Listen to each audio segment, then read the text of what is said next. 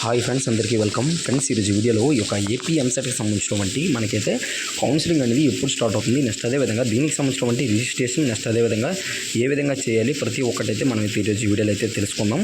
So friends, వీడియోని start చేసే ముందు నా దగ్గర స్మాల్ రిక్వెస్ట్, ఇంకా ఎవరైనా మన ఛానల్ని సబ్స్క్రైబ్ చేసుకోకపోతే వెంటనే వెళ్ళి ఛానల్ అయితే సబ్స్క్రైబ్ చేసుకోండి.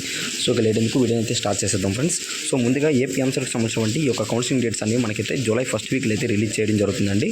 సో నెక్స్ట్ అదేవిధంగా మనకి జూలైలో డాక్యుమెంట్ వెరిఫికేషన్ అయితే ఉంటుంది. నెక్స్ట్ చూసుకుంటే వెబ్ ఆప్షన్స్, నెక్స్ట్ అదేవిధంగా మనకైతే ఈ యొక్క వెబ్ ఆప్షన్స్ అనేది మనకైతే ఎడిట్ చేసుకోవడం కూడా మనకైతే ఒక డేట్ అయితే ఇవ్వడం జరుగుతుంది.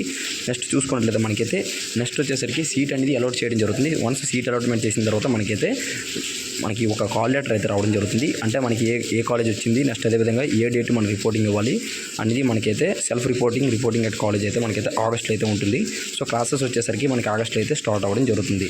నెక్స్ట్ అదేవిధంగా ఈ యొక్క రౌండ్ 2 వచ్చేసరికి మనకైతే మ్యాక్సిమం ఆగస్ట్ లాస్ట్ వీక్లో అయితే స్టార్ట్ అవ్వడం జరుగుతుంది ఫ్రెండ్స్.